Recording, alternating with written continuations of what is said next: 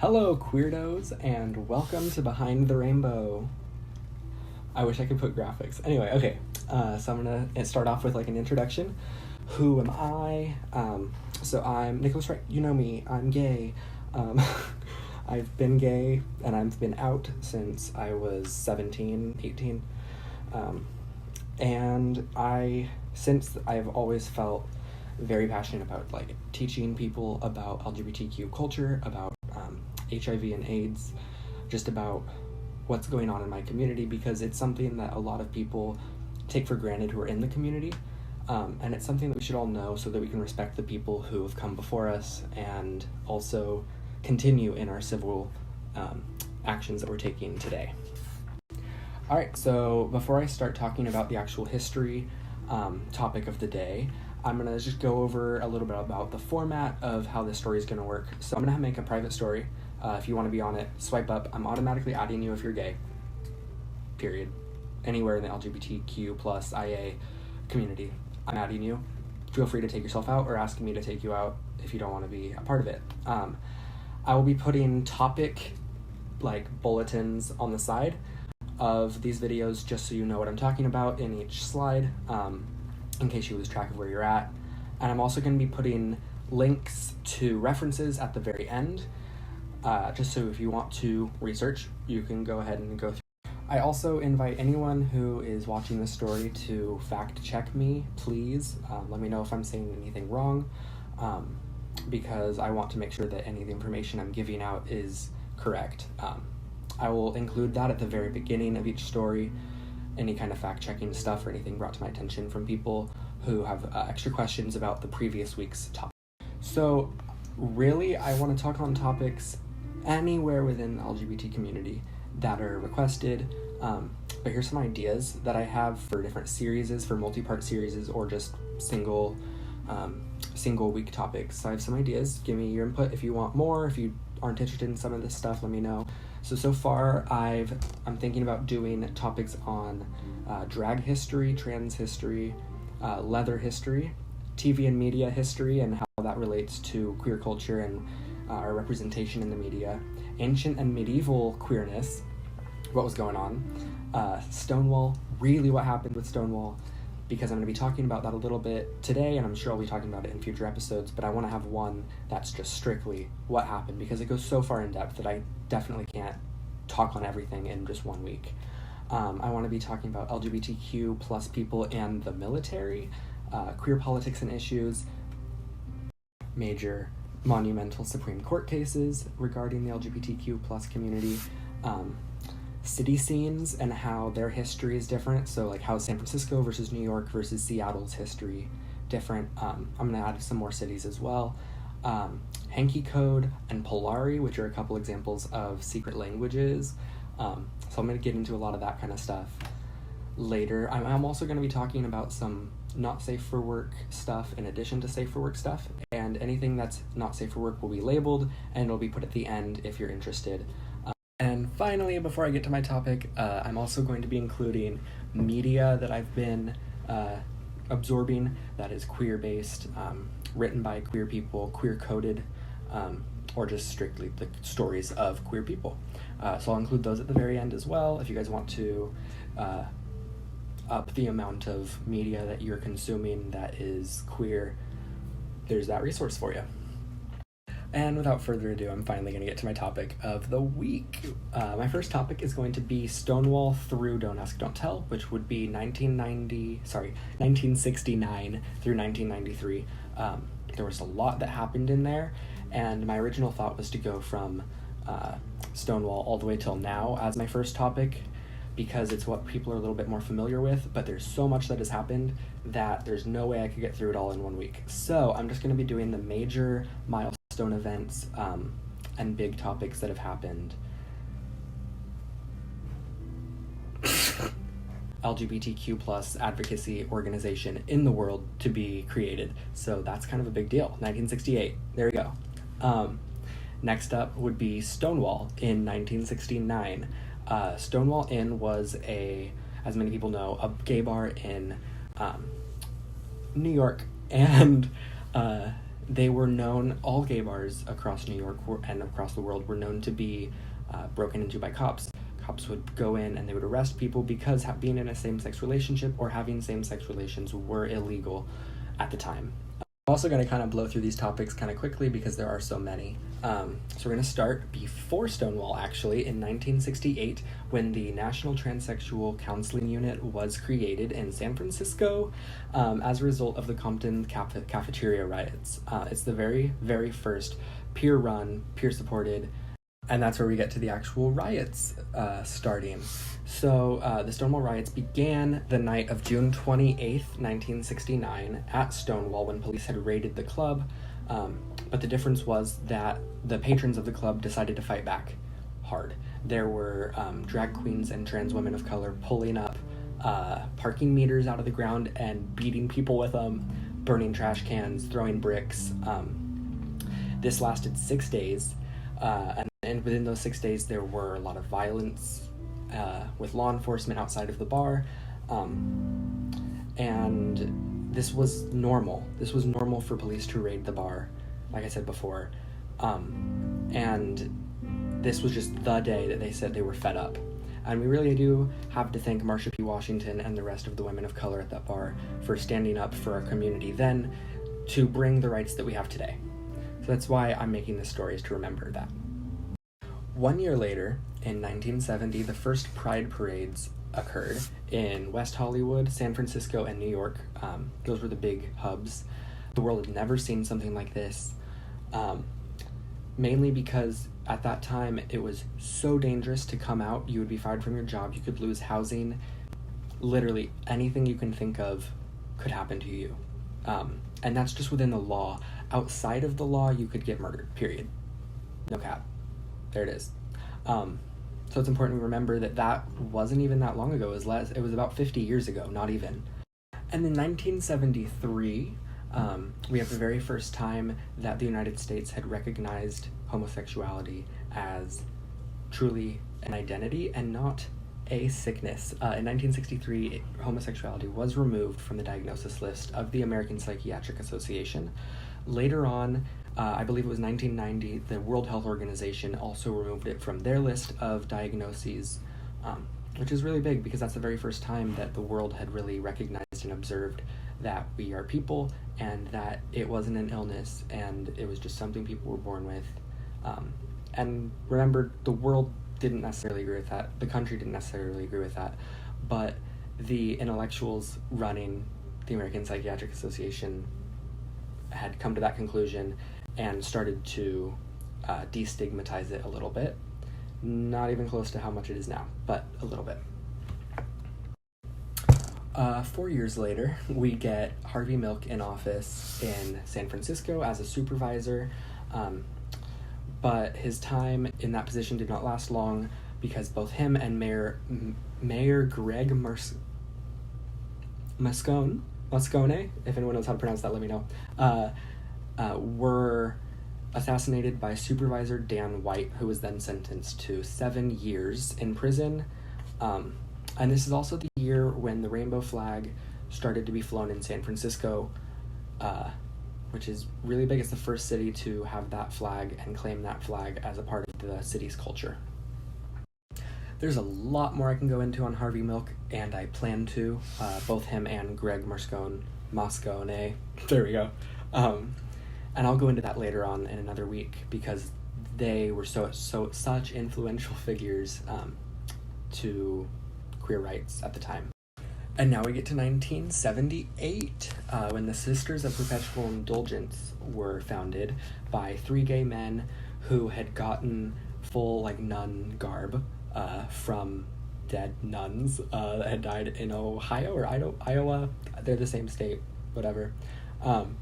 And they had gotten these because they said they were going to do a production of The Sound of Music, which is not a lie. It was just an all-male production of The Sound of Music. So they went out on Easter Sunday in their nun costumes. There's a word for it. I can't remember. And basically, from then on, their mission statement was to educate, spread joy, and help volunteer for charities and raise money for organizations and activist campaigns for the LGBTQ plus community. You don't have to be gay to be a Sister of Perpetual. Like I said, you don't have to be gay to become a Sister of Perpetual Indulgence. The organization is actually made up of people from all races, sexualities, and genders who just want to come together and build the community up in however you personally can do it. So in becoming a Sister of Perpetual Indulgence, you are basically dedicating your life to serving the community, however that may be for you. There's a lot of different ways to become one. Each chapter has their own way to do it, but it's grown. It's a huge worldwide organization right now, and I'm going to do another episode on that, definitely, because I really want to be one. We're going to cross the pond for a minute, if you will, and we're going to go over to England in 1979. This is when the very first documentary on the experience of a trans person was put on television on the BBC. It was called A Change of Sex. It followed a woman named Julia Grant and her journey from pre to post-op, and it was extremely important because it highlighted the injustices and arrogance and downright discrimination within the healthcare industry towards people who were trans. I'm going to bring this up really shortly because I want to keep this one pretty neutral, not a downer. There's a lot of really depressing stuff in our history. We got to know it. So I'll go into that later. But 1981 is when what was called GRID, or Gay Rapid Immune Deficiency, was first noticed, and propaganda was going around surrounding this. So 1981 is when HIV and AIDS, when the epidemic really started. So that's important to remember. 1981. We're going to flash back real quickly to 1976. So this is before the Sisters of Perpetual Indulgence. This is before Harvey Milk. This is before Change of Sex had aired on the BBC. This is when Duncan Donovan had started his legal fight, for the rights and the benefits of his life partner who had died, his husband, for all intents and purposes. This began an 8-year legal battle that ended up with him winning, which is the very first time that a gay person had won a battle in court surrounding their own rights, which is a really big deal. He did end up getting the benefits, which is really fantastic. This happened in Los Angeles.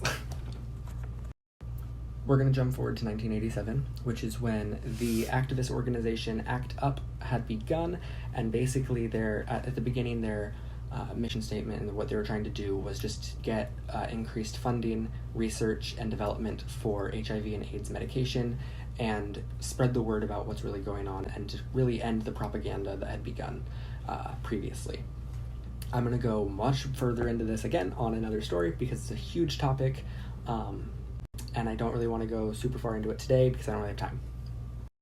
And finally, in 1993, this is our last topic of the day for history-wise, we get into Don't Ask, Don't Tell, which was signed by Bill Clinton.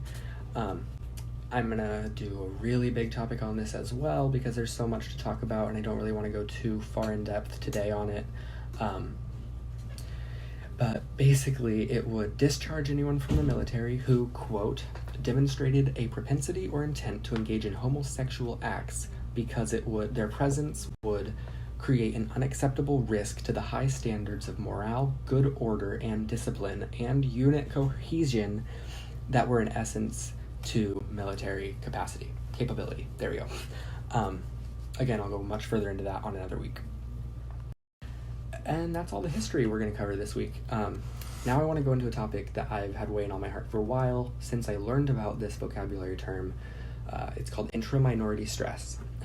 It's essentially when a member or a group of members from a marginalized community add to the stress that is already in place on a minority community. Some examples that I've seen on Grindr or just in person are the terms no fats, no femmes, no Asian, the terms mask for mask. Trans fetishists definitely play a role in this. Using the term clean versus negative when referring to STI statuses. Also, the term twink can have a negative effect on some people. I personally like it. for myself, and also the app Scruff all play into this, and I'm going to talk about how. Now I'm just going to quote a paragraph from an article that I read on minority stress theory, and I'll link that article as well for you guys. But basically it says, minority populations are exposed to unique stressors, including stigma, expectations of rejection, experiences of discrimination, both acute events and chronic everyday mistreatment, internalization of negative social beliefs about one's social group or social identity, and stressors related to the concealment or management of a stigmatized identity. So you might be wondering, how does the term no fats, no femmes, no Asians hurt the community? Well, it sets up that unrealistic expectation that everyone that is gay must be masculine, must be male presenting, and it makes people who do not fit into that outline made by cis gay men feel like they're not a part of the community, or that they're not welcomed. A way that trans fetishists hurt the community is because when somebody who's trans is interacting with somebody who might be interested in them, they could be feeling feelings of, oh, they only like me because I'm trans. Because of these past experiences with trans fetishists, and it creates a distrust, and it also makes you question the intent of other people in your community and whether they really care about the cohesiveness of the community. Those are some pretty extreme examples of people creating a divide in the community. But some less obvious ones would be using the term clean versus negative when referring to HIV or STI status, which then in turn infers that people who do have HIV or are positive with any kind of STD that will last for the rest of their life are dirty and they're undesirable. And that's simply not true. There's a lot of ways, which I'll go into in another episode again, to have a safe sex life with these illnesses. We're gonna get into twinks and the app Scruff. Scruff is a really big app that is used by masculine, more bear type individuals. And when you see the words mask for mask, or when you see no femmes, people who are young and small framed twinks, hairless twinks, feel the need to fit into that mold that's created because they're told that it's more desirable. That plays into steroid use, eating disorders, and drug use immensely, which are huge issues in the LGBTQ plus community. This week's media is about that, so look forward to that. That makes me really sad, period. I think it's so sad thinking about that. Even more intra-minority stress can come from cis gay men to trans people, or even cis gay men to bisexual people. Do you see the common proponent, cis gay men are kind of causing issues right now? Let's fix that. So there's a lot of violence from LGBTQ people who are cisgender on trans people still today, who have this internalized homophobia or this internalized hatred of the community that they're a part of because of how they're raised and what they know. Becoming educated helps with that. Again, gay people with bisexual people, bi erasure is a huge thing within the community, which just boggles my brain. I don't get it, how as a community we're not building each other up currently. All of this intra-minority stress breaks down to perceived stigma. So that is basically, which causes people to monitor their behavior, how they dress, how they walk, how they talk, and how they're expected to interact with other people based on social norms. I'm going to insert a TikTok that I found last night that kind of talks a little bit about body shaming in the gay community and the LGBTQ plus community. So just so you know, also when people have to lie to cover up their identity because they don't feel like they'll be accepted, or they feel like they won't fit in to the queer community, which is funny because the etymology, you don't want to see that, or you don't want to hear anything regarding body shaming, you can feel free to skip. Queer literally came from queer meaning weird. So how can we be a queer community if we don't accept the weirdos? Not that you're weird. Actually, be weird. Who cares? It's time for Q&A. Okay, so I got one question this week from Dara. I'm excited to answer. She said, who is one LGBTQ plus person, famous or not, that inspires me? I have to say Neil Patrick Harris off the top of my head. I love him. I grew up watching him on TV, saw his character on How I Met Your Mother, and I was like, oh my god, insane. This character's great. Such a player, whatever, such a fun character. And then I found out he was gay. And I looked more into him and his past work. Hedwig and the Angry Inch. Great show.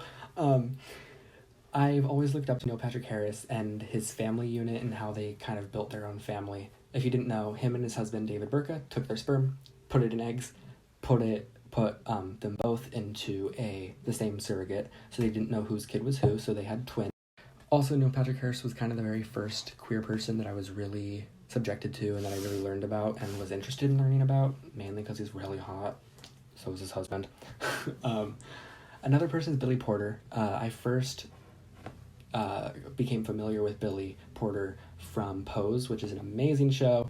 I totally recommend it. It's one of my favorites. I've seen it a couple times through. And every single time I've seen Billy Porter in a YouTube video or on a show, it is with the intent and with the purpose of educating or bringing to light issues within the community that are important.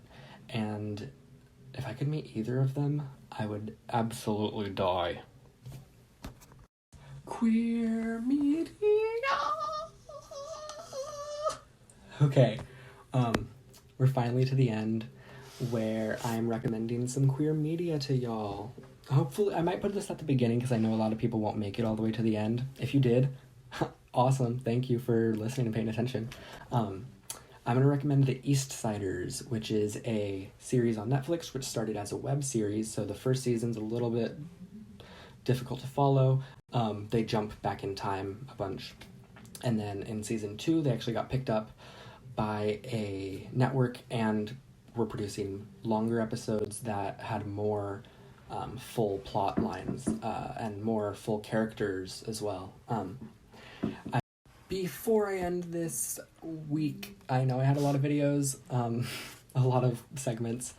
I hope you guys enjoyed. Now I'm going to link a web series that I found. It's called Gayish by Impulse Los Angeles. It's a 3-part series. Each episode is about 5.5 minutes. Not too long, not going to take too much of your time. If you only are able to see one video, I recommend the last episode entitled Red Dress with Alaska Thunderfuck, and it basically talks on intra-minority stress really intensely, like all 3 episodes do. And then this last episode is heartbreaking. It has a bunch of statistics on the community, and it's really important for people both inside the community and allies outside to see, and I think I'd like for you all to watch it if you could.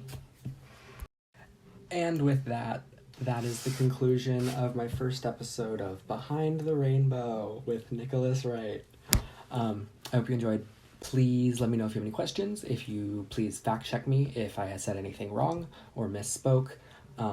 If there's any topics you want to hear, or if you just want to tell me anything about your personal journey, let me know. I can mention things anonymously if you'd like. But yeah, I hope you enjoyed. I had a lot of fun doing this. I spent all week researching, and I'm so excited to do more.